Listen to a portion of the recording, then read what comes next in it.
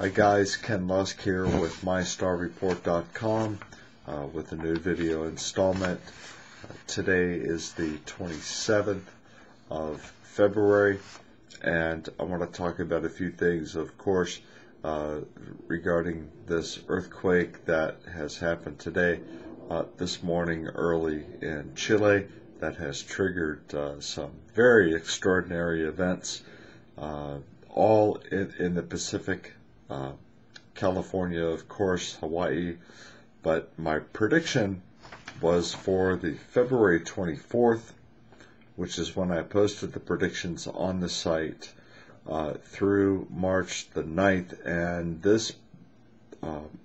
this prediction in particular was for major earthquakes, possible tsunami, major disturbance in the ocean's depths. That's right, that's my wording, major disturbance in the ocean's depths. And of course, you know that when I predict earthquakes, I'm talking 6.0 or higher, but these were especially extraordinary because of the energies behind them, and I even talk about the energies on my site. So I would recommend going to the predictions page and check that out.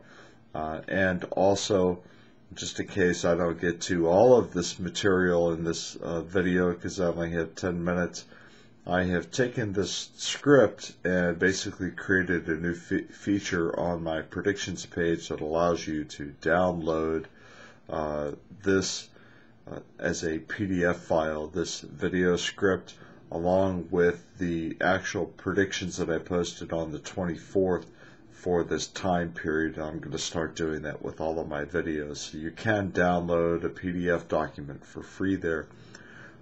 So we saw this earthquake today measuring 8.8. So far has caused more than 200 deaths, and mass deaths were also part of my predictions. You'll find that on the page there. Multiple earthquakes have followed in that area, of course, since then, ranging from 6.0 to 7.0, resulted tsunami warnings span from Hawaii, California, and Alaska to Japan and Russia. We've already seen tsunami waves actually approach Hawaii's shores, and they expect them to keep rolling in for quite some time here. Hopefully no real damage is done. At my last check, 5.0 earthquakes are occurring basically in record numbers. USGS is having a hard time keeping their site updated with this.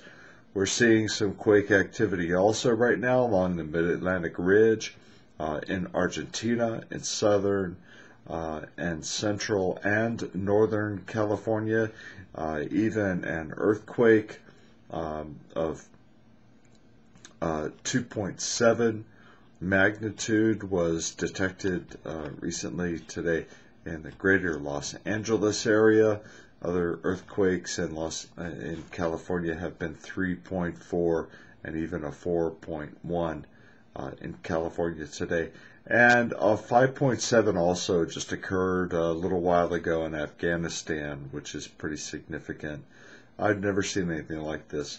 Could this even be a volcano that has erupted off of Chile's coast that's at the core of all this? Sure. The dominating energies here do include planetary configurations that would be part of that. You'll find that in my script. I'm going to skip through that. So, yes, the potential for volcanoes was there. And, of course, keep an eye on this earthquake activity. I'm not convinced that this is over right now, because this is an energy that is going to be a prevailing energy. It's part of a window that's open through the 9th of March. I don't think we're done quite yet. So on to my predictions for March, because I wanted to cover that with you guys.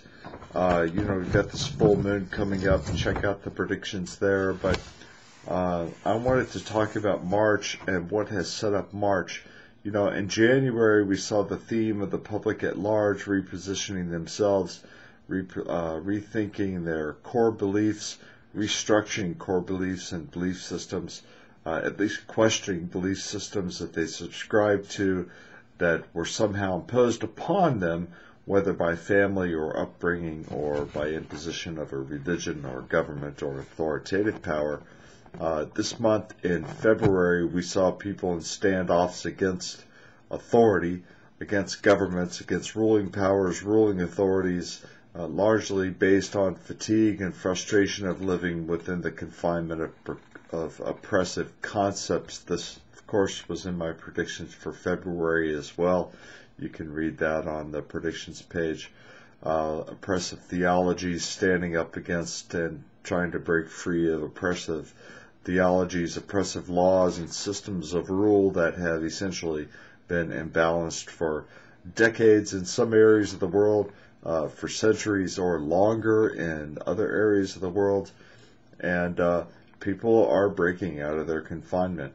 Whether the confinement is institutional or mental or theological in nature, whether the confinement has been philosophical, physical, psychological, or had the color of consideration to be slavery, as in the case of the IRS bomber.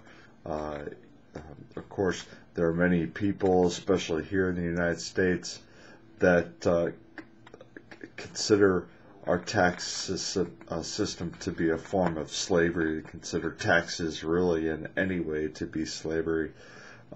We also saw a successfully executed attack by the Maoists against armed forces in India as they continue their decades-long struggle to represent the disenfranchised and the dispossessed.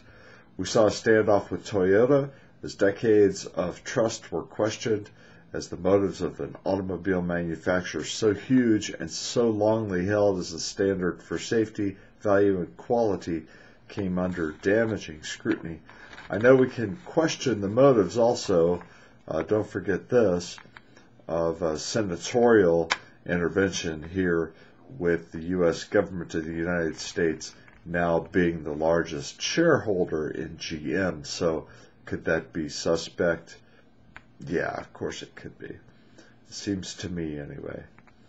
But this is just a very visible and public example that I wanted to share, that I wanted to use, that you can all relate to.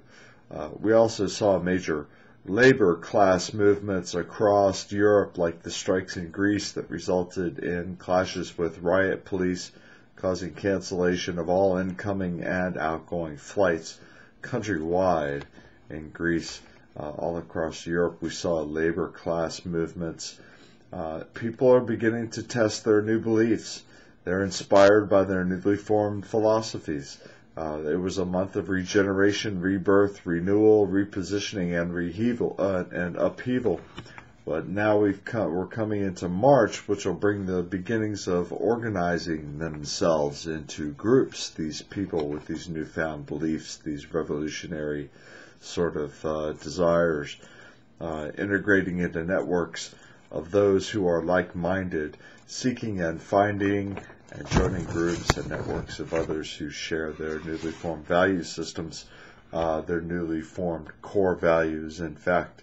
So these are the beginnings of the formation of rebellious organizations, and yes, we'll also see the sting of rebellious groups that are more developed than others, rebellious groups who have been organized and are prepared already for forward action, open hostility, war, or acts of war, and terrorism. Groups that are, in fact, very capable of participating in the struggle of the change of rule from basically the age of Pisces into the age of Aquarius, from the age of confinement into the age of freedom. That's what this is all about, guys.